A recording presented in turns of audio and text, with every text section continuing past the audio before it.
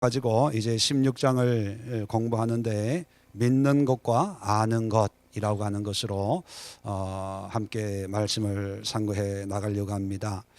지금까지 지난주에 우리 믿는 사람들은 세상으로부터 핍박당하는 것이 이상한 일입니까? 아니면 당연한 일입니까? 왜 당연할까요? 왜 당연해요? 우리가 세상에 속한 자들이 아니고 하나님께 속한 자이기 때문에, 또 세상은 하나님을 모르기 때문에, 또 세상과 하나님은 하나가 될 수 없기 때문이죠. 그래서 우리는 하나님께 속했기 때문에 이 세상에서는 다른 그런 삶의 모습이고, 다르다고 하는 것은 세상으로부터 어떤, 물론 초대교회 시대 때는 핍박이고 박해로 드러나지만, 우리가 살고 있는 시대는 핍박이나 박해는 없지만 또 다른 핍박과 박해의 의미가 있는 것들이 있죠. 때로는 손해 볼 수도 있고, 때로는 좀 이렇게 전진하는 속도가 좀 느릴 수도 있고, 때로는 사람들이 즐기는 그런 편안함이나 안락함이나 이런 것을 누리지 못하는 그런 모습도 있습니다. 이런 불편함을 감수하면서 신앙생활 해야 된다는 것입니다. 그래서 오늘날은 핍박의 시대가 아니라 오히려 손해보고 또 포기하고 내려놓는 그런 모양과 모습의 핍박과 또 미움이 우리 그리스도인들에게 반드시 있어야 된다 하는 것이 이제 지난주에 말씀이었다면, 자 26절 보십시오. 15장 26절에 내가 아버지께로부터 너희에게 보낼 보혜사 곧 아버지께로부터 나오시는 진리의 성령이 오실 때에 그가 나를 증언하실 것이요 너희도 처음부터 나와 함께 있었으므로 증언하느니라. 갑자기 25절까지 세상이 너희를 미워하고 박해할 것이다 라고 얘기하다가 갑자기 26절에 진리의 성령이 나를 증언하실 것이다. 또 너희도 나와 함께 처음부터 있었기 때문에 이런 것을 증언하느니라 이렇게 말씀합니다. 이것만 보면 좀 왜 갑자기 뜬금없이 이런 말씀을 하시는지 이해가 안 돼요. 자, 오늘 본문으로 오면 내가 이것을 너희에게 이름은, 지금까지 27절까지의 모든 내용을 다 의미하는 것입니다. 이것이라고 하는 것은, 자, 지금까지 쭉 얘기한 이유는 너희로 실족하지 않게 하려 함이라. 실족이라는 게 뭐예요? 걸려 넘어진 걸 얘기해요. 걸려 넘어지는 거. 시험 들지 않도록 하기 위해서 미리 이런 것을 얘기를 한다. 자, 그러면서 2절에 사람들이 너희를 죽여할 뿐 아니라 때가 이르면 물은 너희를 죽이는 자가 생각하기를 이것이 하나님을 섬기는 일이라 하리라. 자, 2절 보면 이제 예수님이 이런 얘기를 하는 의도가 드러납니다. 자, 지금까지 세상이 미워한다고 미리 얘기를 했잖아요. 그죠? 자, 그런데 2절에서 이 사람들을 미워하고 박해하는 사람들의 정체가 드러나요.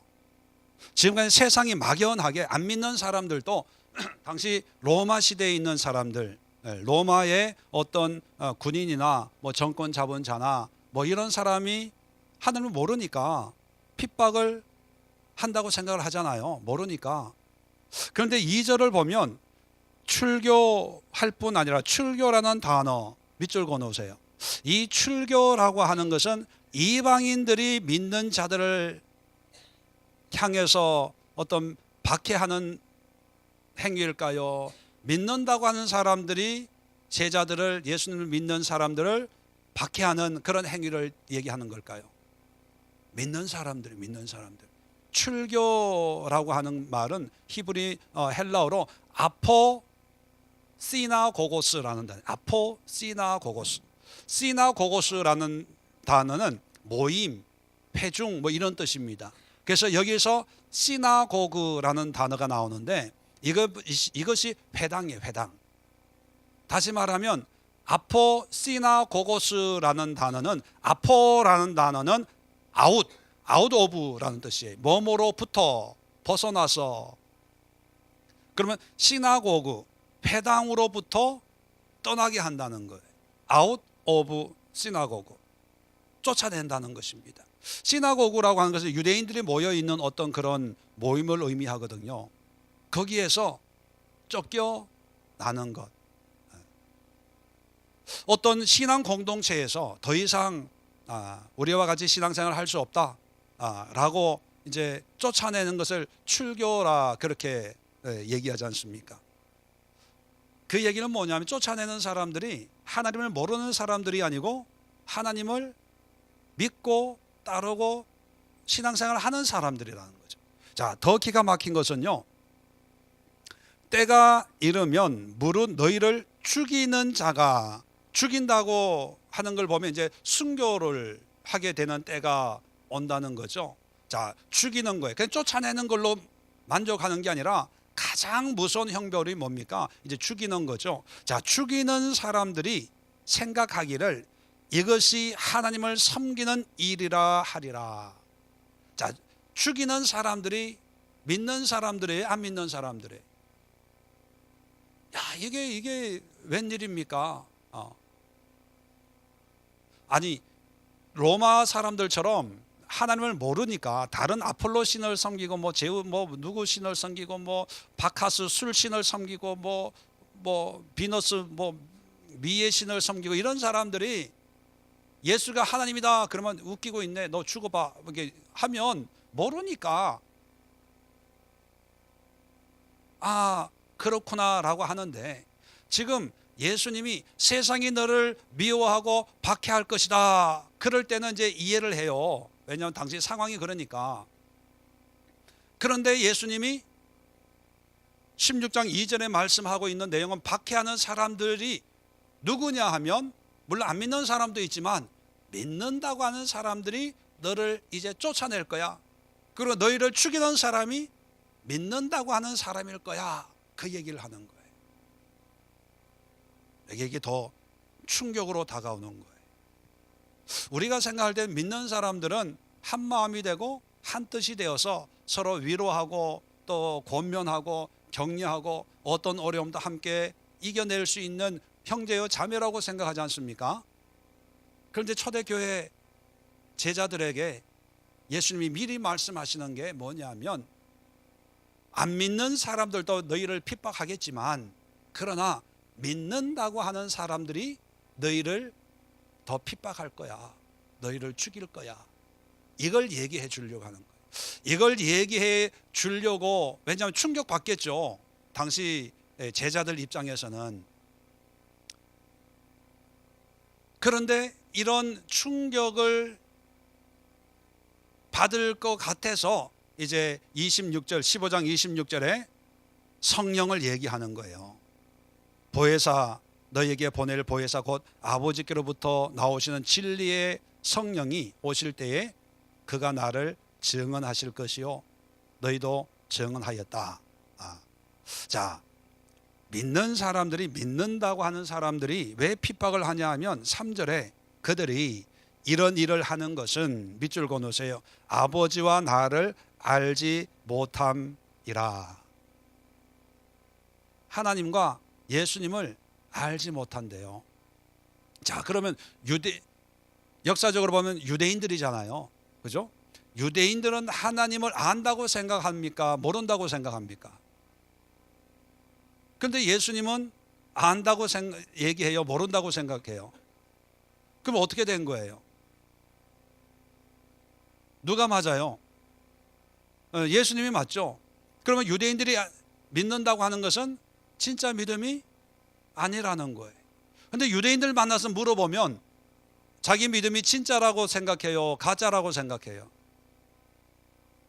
여러분, 유대인들하고 우리하고 똑같은 선상에 놓고 보면, 예수님이 만약에 오셔가지고 믿음 생활 이렇게 하는 게 아버지와 나를 알지 못함이라 그렇게 얘기하는데, 다시 말해 믿음이 없다고 말씀하는데, 누가 우리한테 물어보면 우리는 믿음이 있다고 대답해요, 없다고 대답해요. 근데 하나님은 있다고 대답해요, 없다고 대답해요. 그럼 누구 말이 맞는 거예요? 옆에 있는 분들과 인사합시다. 이거 큰일 났습니다. 큰일 났습니다. 보세요. 유대인들은 예수님을 죽일 때 하나님을 죽인다고 절대로 생각 안 하고 신성 모독하는 이 죄인을 죽인다고 생각을 하고, 예수를 죽이는 게 하나님을 위한 일이라고 철석같이 믿었어요. 오전에는 말씀드렸지만 예레미야를 통해서 하나님이, 물론 선지자들이 선포한 말씀이 다 똑같은 내용이지만 믿음이 없어서 하나님을 알지 못해서 멸망을 받는다고 계속 말씀하는 거거든요. 그런데 당시에 그 말씀을 듣는 유대인들은 자기가 믿음이 없고 잘못된 믿음을 가지고 있다고 느끼는 사람들이 없었다는 것입니다. 쉽게 얘기하면 다 나름대로 잘 믿는다고 얘기해요. 자, 그래서요, 여러분, 기독교나 성경 역사를 보면 믿는 사람들이 오히려 더 이 걸림돌을 만들어요. 믿는 사람들이. 유대인들은 믿는다고 그러고 예수님은 알지 못한다. 자, 우리가 안다는 의미를 제가 귀에 있을 때마다 소개를 하는데, 성경에서 안다는 것은 단순히 우리가 지식적으로 아는 것이 아니라 유대인들에게 있어서 안다는 것은 어떤 의미입니까? 경험적으로, 체험적으로 아는 거예요. 또 뭐 나왔으니까 또 말씀드리지만, 우리나라의 대통령이 누군지 여러분 아세요? 네, 문재인 대통령이에요. 네, 여러분 알죠? 우리는 알아요. 그런데 유대인들의 개념으로는 아는 게 아니에요. 왜냐하면 적어도 문재인 대통령하고 만나본 적도 없잖아요. 문재인 대통령은 나를 모르잖아요. 일방적으로 그냥 정보를 가지고 있는 거예요. 인포메이션만 몇 가지를 가지고 있고 그냥 안다고 생각한 거예요. 제가 아는 어떤 분은요, 참 이게 사교력이 좋아요. 그분은 지나가다가 또 만나는 사람은요, 그날부터 아는 사람이야. 그런 성격이 좋은 분이 있어요. 해가지고 그 전화번호 리스트에 보면 몇천 명이 있어요. 몇천 명이 다 뭐만 나오면 이 사람 뭐 이렇고 저렇고.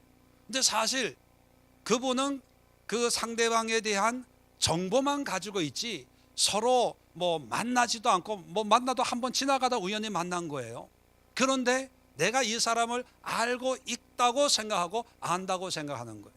근데 성경적으로는요, 그건 아는 게 아니에요. 아는 거는 같이 만나서 자기 얘기를 하고 밥도 먹고, 이런 분이구나, 이렇게 살아왔구나, 이런 것을 서로 공유를 할 때 그게 아는 거지요. 자, 그렇게 보면 유대인들이 가지고 있는, 믿는다고 하는 사람들이 가지고 있는 믿음이라고 하는 것은 하나님을 아는 겁니까? 하나님에 관한 정보를 가지고 있는 겁니까? 네, 정보를 가지고 있는데도 안다라고 믿음이라고 여겨요. 자, 이런 믿음, 정보만을 믿는 믿음만 가지고 있으면 어떻게 변하냐? 잔인해져요. 기독교 역사를 보면 십자군 전쟁 있었지 않습니까? 이제 예루살렘이 이슬람에게 점령을 당했을 때 전 유럽에서 군인을 모집해 가지고 이제 성전 탈환을 하려고 오면서 예수님을 죽인 유대인들을 가는 데마다 유대인들이 있으면 다 죽여버렸어요. 그때는 교황이나 교회가 세상의 왕보다 위에 있었거든요. 그러니까 뭐가 참인지 뭐가 진리인지도 모른 채 교황이나 교회가 싸워라 그러면 그냥 무조건 전쟁하고, 죽으면 천당 간다고 좀 과한 면도 없지 않아 있지만 어떤 분위기였냐 하면 요즘에 IS 있잖아요. 얼마 전에도 스리랑카에 자살 폭탄을 터뜨리는 그런 사람들이 있죠. 그런 이슬람은요, 하나님 알라를 위해서 죽으면 천당을 가고, 천당 가면 아내가 7명이 기다리고 있다. 일부 다처제니까. 죽어도 죽는 걸 무서워하지 않으니까 그냥 폭탄 테러 서로 하려고 그래요. 서로. 그런데 좀 과한 면도 있지만 십자가 전쟁을 그렇게 했어요. 하나님을 위해서라면 내가 죽는 것이 우리 가정을 살리고 하나님 뜻대로 살다가 가장 의미 있게 죽는 거라고 생각한 거예요. 왜 그랬을까요? 몰라서 그런 거예요. 몰라서. 모르니까 믿음만 있는 거예요. 중세 교회에서는요, 성경을 안 가르쳤어요. 일반인들은 성경 내용이 뭔지도 몰랐어요. 라틴어로 설교를 하고 라틴어 성경만 가지고 있었기 때문에 일반인들은 그냥 예배 참석하는 거예요. 그리고 나서 신부가 하는 얘기만 듣고, 아, 이게 신앙이고 이런 하나님이고 이렇게 신앙생활을 해야 되고, 근데 그 신부들이 하는 얘기가 다 자기가 원하는 대로 헌금해라, 뭐 해라, 이래라 저래라, 칼을 들어라, 싸워라, 전쟁에서 죽어라, 그러면 하나님께서 구원을 하신다, 다 그런 거였거든. 자기 필요를 따라. 자, 그런 일을 하기 위해서 교회가 한 짓거리가 뭐냐 하면, 하나님을 알게, 성경적인 아는 거예요. 알게 하면 성도들의 마음을 쉽게 붙잡겠습니까? 아니면 하나님을 모르게 하고 그냥 믿게만 하면은 성도들의 마음을 더 쉽게 붙잡을 수 있을까요? 네, 믿게 하는 거예요. 그래서 믿음을 강조하는, 믿음을. 그러니까 믿음만 있으니까 용감해지는 거예요. 물불 안 가리는 거예요. 잔인해지는 거예요. 왜요? 다 하나님의 이름으로 한다고 생각하거든요. 그런데 그것이 한국교회 장로교의 영향을 받아가지고, 정말 장로교 칼빈이나 마르틴 루터 종교개혁한 사람들은 어떤 그러한 행위적인 것이 아니라 하나님을 코람데오, 하나님 앞에서의 나의 모습을 두렵고 떨리는 마음으로 하나님의 뜻 가운데 살아가는 그런 믿음을 얘기하기 시작해서 종교개혁을 시작을 했는데, 그게 한 500년 정도 이게 내려오다 보니까 또 한국교회가 중세 교회가 한 것처럼 또 믿음을 강조해요. 믿으라는 거예요. 믿음이 없으면 천국에 갈 수 없다는 거예요. 믿는 자에게 능치 못할 일이 없다는 거예요. 믿으면 예수님이 한 것보다 더 큰 일을 할 수 있다고 믿음을 강조해요. 자, 믿음을 강조하니까 사람들이 어떻게 되냐 하면요, 잔인해져요. 믿음의 폭력을 행사해요. 이번 토요일도 우리 전도팀들이 이마트에 가서 전도를 하는데, 그 킹 제임스 성경만 바른 하나님의 성경이다라고 가르치는 그런 교회들이 있어요. 어떤 교회는 이단으로 이제 기존교회에서 이제 이렇게 띄워놓고 있는 그런 분이 거기 이제 전도를 마이크 잡고 뭐 전도를 했나 봐요. 근데 우리 집사님들 가니까 막 삭대질 하면서 내가 전도하는데 왜 여기 와서 전도하냐고. 이 사람들이 지금 집에 가다가 뭐 버스 사고로 죽으면 당신이 이 사람 영혼 책임질 거냐고. 막 삿대질하고 뭐 그런 사람이 있대요. 왜 그러냐 하면 용감해서 그래요. 근데 어디에 용감하냐? 믿음으로 용감한 거예요. 이단들은 믿음을 강조합니다. 왜 사기꾼들 특징이 있잖아요. 한 번만 먹어봐. 또 믿고 한번 해봐.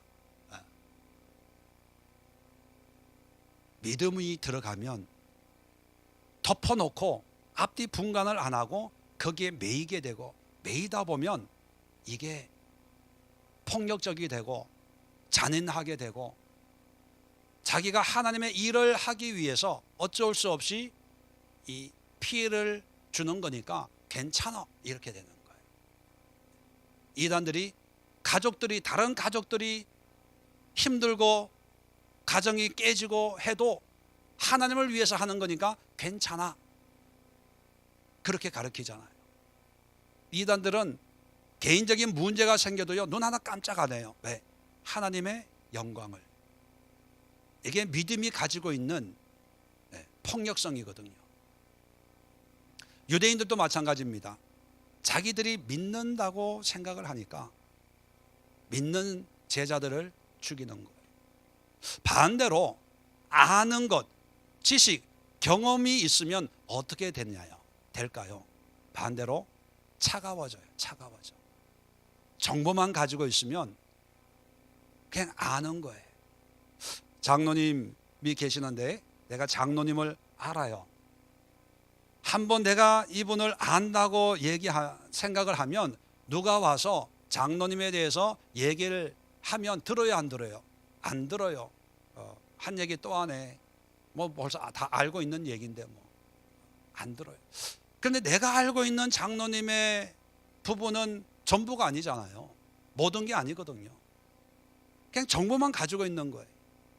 그런데 나는 안다고 생각하는 거예요. 장로님에 대해서는 아니까 이제는 알고 싶은 사람은 박병일 집사.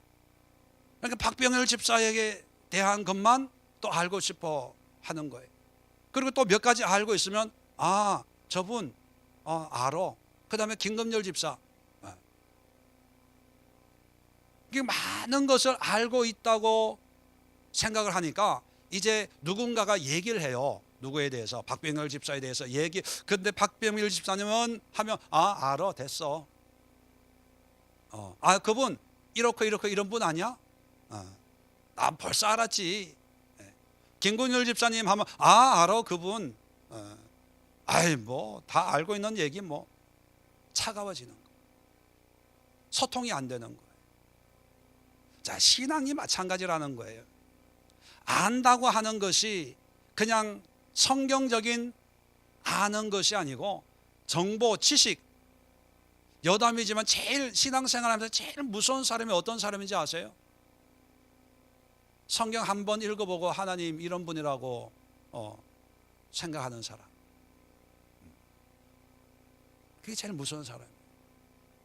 왜? 말이 안 통해, 말이. 왜? 안다는 거죠. 해봤다는 거예요. 언젠가 그 이명박 대통령 선거 그 재판 때 뭐 언뜻 보니까 그분이 대통령 할 때 그런 얘기를 다 뭐 자주 했대요. 내가 해봐서 아는데, 뭐 하면 해봐서 아는데, 뭐 많은 걸 해봤잖아요. 뭐 어려운 가정에서 해봐서 아는데. 그렇게 나오면 할 얘기가 없어져요. 자기 해봐서 안 되는데 뭐 누굴 가르치겠어요. 그런데 신앙생활에서 이 지적인 신앙만 가지고 있는 사람들은 읽어봤고 해봤고 들어봤고 그러니까 차가워지는 거죠. 근데 신앙이란 뭐냐? 신앙이란 믿는 것과 아는 것의 하나가 돼. 에베소서 한번 찾아봅시다. 에베소서 4장 13절.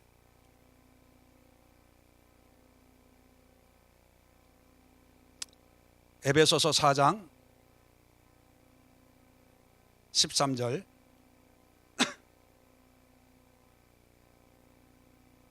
자, 한번 같이 있습니다. 시작.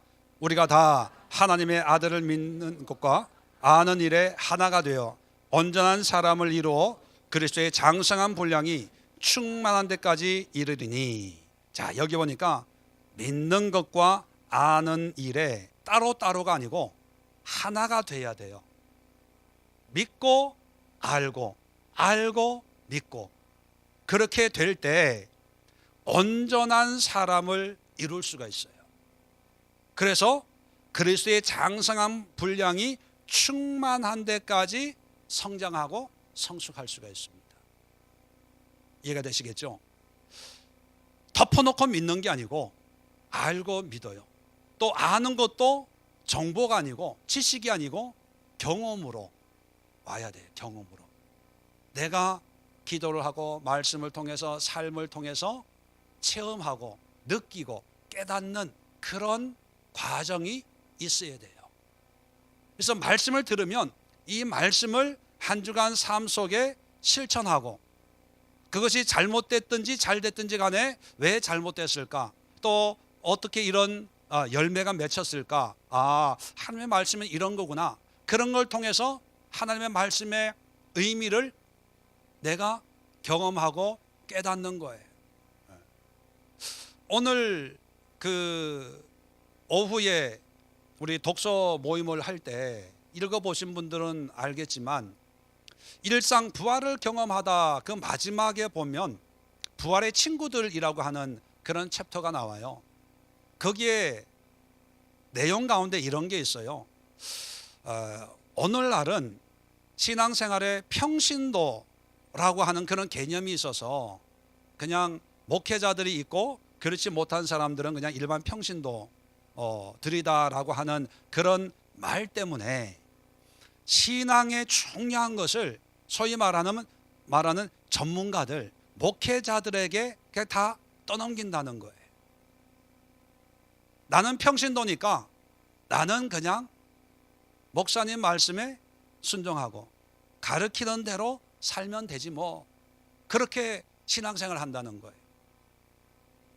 그러다 보니까 중요한 것은 교회 담임 목사나 신앙 지도자들하고는 어떤 관계가 맺는데, 정작 중요한 하나님하고의 관계는 자기는 평신도니까 하나님하고 직접 어떤 말씀을 깨닫고 이해하고 하나님의 뜻을 분별하는 거에는 자기는 비전문가, 평신도기 때문에 나는 못해라고 하는 그런 생각을 가지고 있다는 거죠.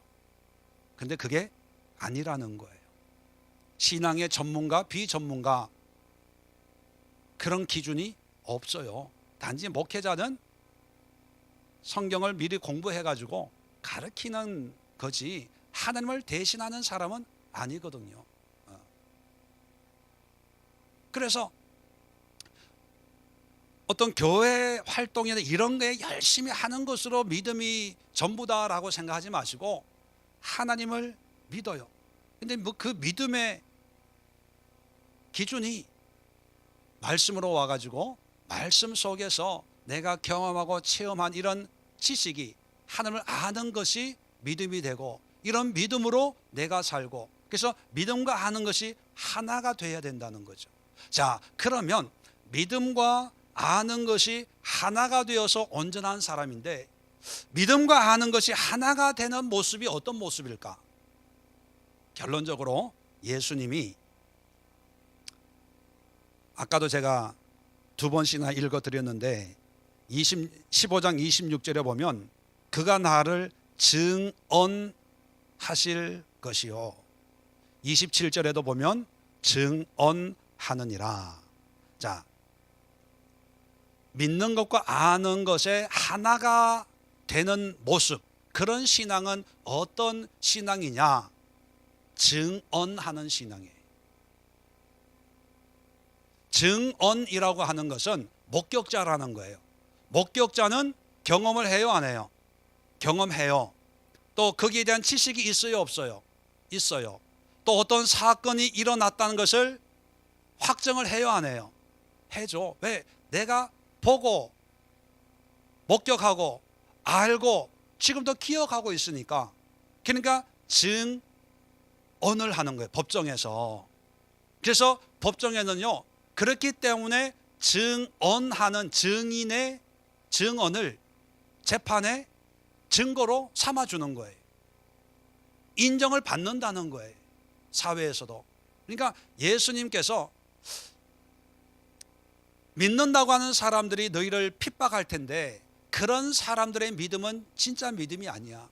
안다고 하는 사람들이 너희를 판단할 텐데 그 사람들 가지고 있는 지식이 진짜가 아니야.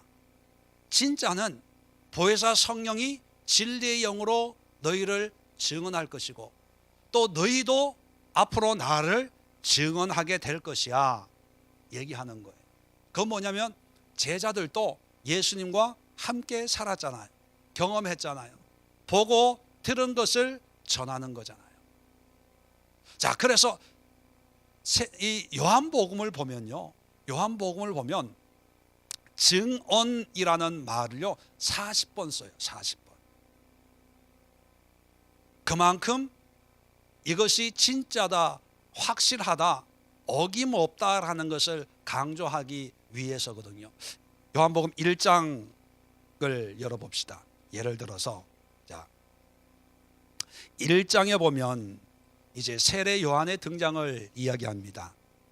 1장 7절 보면 그가 증언하러 왔으니, 증언이란 말은 믿음과 아는 것에 하나가 됐다는 거예요. 세례 요한은 빛에 대하여 증언하고 모든 사람이 자기로 말미암아 믿게 하려 함이라. 8절입니다. 그는 이 빛이 아니요 이 빛에 대하여 증언하러 온 자라. 15절도 보세요. 요한이 그에 대하여 증언하여 외쳐 이르되, 증언하는 거예요. 19절도 보십시오. 끝에 보면 요한의 증언이 이러하니라. 32절 요한이 또한 증언하여 이르되, 34절 내가 보고 그가 하나님의 아들이심을 증언하였노라. 증언이라고 하는 것은요 목격한 거예요. 경험한 거예요. 체험한 거예요. 그리고 이럴 때 이런 일이 일어났어 믿고 확증하는 거예요. 우리의 신앙이 목격자가 돼야 된다. 목격자가. 자, 지금 1장은 세례 요한의 어떤 모습이라면 5장을 한번 보십시오. 5장의 예수님의 말씀 가운데 요한복음 5장 31절에 예수님의 설교 가운데 보세요. 31절 내가 만일 나를 위하여 증언하면 내 증언은 참되지 아니하고, 32절에 나를 위하여 증언하시는 이가 따로 있으니 나를 위하여 증언하시는 그 증언이 참된 줄 아노라. 증언하는 이가 있다는 거예요. 나를, 그러니까 이게 참이라는 거예요. 자, 계속해서 33절에 보면 너희가 요한에게 사람을 보내매 요한이 진리에 대하여 증언하였느니라. 36절에 너희에게는 요한의 증거보다 더 큰 증거가 있으니 아버지께서 내게 주사 이루게 하시는 역사, 곧 내가 하는 그 역사가 아버지께서 나를 보내신 것을 나를 위하여 증언하는 것이요. 예수님의 하는 일이 바로 예수님의 메시아이심을 증언하는 그런 증거들이라는 거예요. 자, 37절에 또한 나를 보내신 아버지께서 친히 나를 위하여 증언하셨느니라. 증언이란 말을 계속 써요. 왜냐하면 목격자가 하는 말이 진짜거든요. 근데 믿는다고 하는 사람은 목격하지 않은 거예요. 자기의 감정, 자기의 생각을 믿으니까 폭력적이 되는 거예요. 믿는다는 그 자체는 정말 열심히 해요. 열정적입니다. 그런데 방향이 잘못된 거예요. 반대로 믿습니다만 하면 되냐? 진리의 말씀을 알아야지 라고 하면서 학문적으로 신학적으로 이렇게만 나가면 차가워져요. 차가워져. 소통이 안 돼요. 마음이 뜨거워지지가 않아요. 증언이라고 하는 말을 계속하고 있는 것은 믿고 알고 믿고. 그래서 예수님께서 제자들을 보낼 때 성령이 너희에게 임하시면 너희가 권능을 받고 땅 끝까지 이르러 내 증인이 되리라, 그렇게 말씀하셨잖아요. 우리는 증인의 신앙을 가지고 있어야 됩니다. 증인의 신앙. 그 자리에 없었는데 누가 하는 얘기 듣고 나 알아, 나 봤어, 이거는 증인이 아니에요. 증인은 경험해야 돼요. 체험해야 돼요.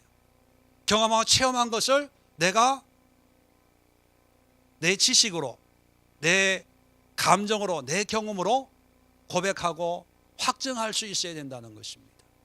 이것은 선교사님이나 목회자들에게 주는 말씀만이 아니라 모든 믿는 자에게 주시는 그런 말씀이에요.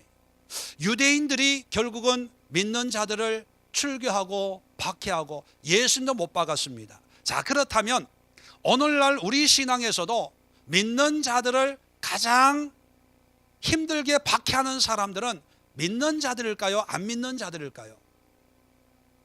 자, 목회하는 목사를 제일 힘들게 하는 것은 교회 안 나오는 안 믿는 사람일까요? 교회에 나오는 믿는 자들일까요? 어떻게 하셨어요? 어떻게 하셨어요? 우리 옆집에 있는 불교 다니는 분은 한 번은 속을 안 썩여요.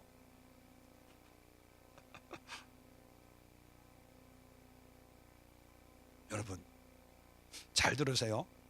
어쩌면 우리는 초대교회 핍박의 시대가 끝 아니다라고 생각할 수 있습니다.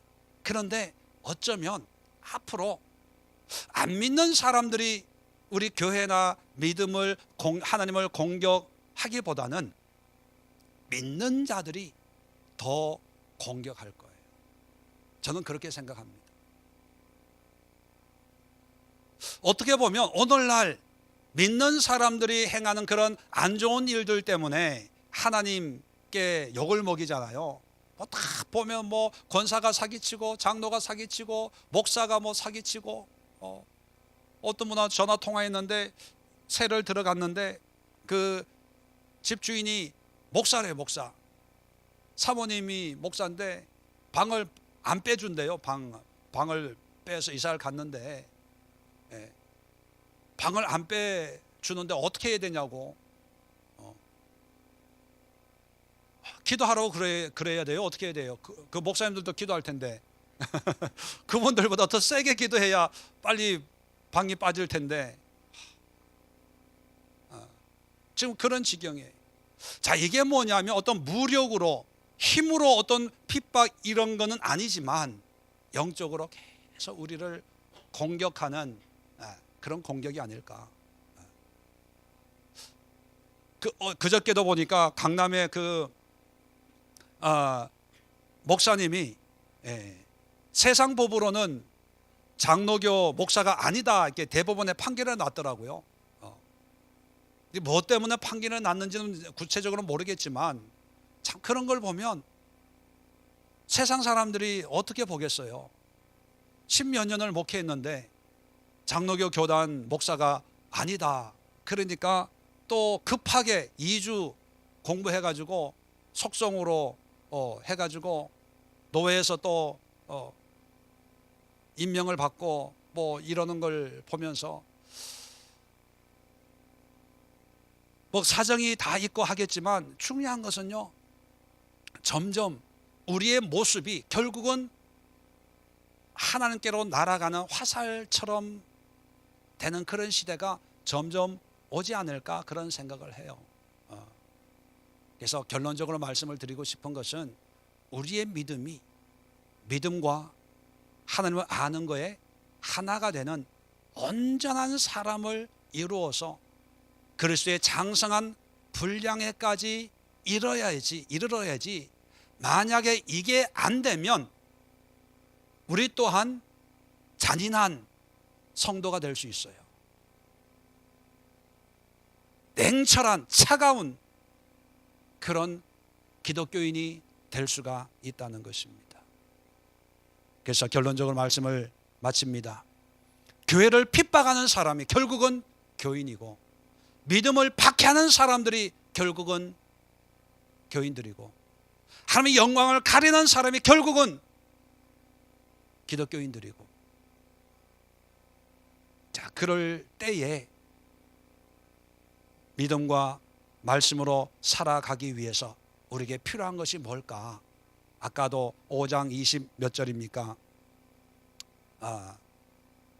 보혜사를 보내줄 테니까 진리의 영이라, 진리의 영이 나에 대해서 증언할 것이라 말씀했잖아요. 이 마지막 때, 이럴 때 우리가 붙잡아야 될 게 뭐냐면 성령입니다.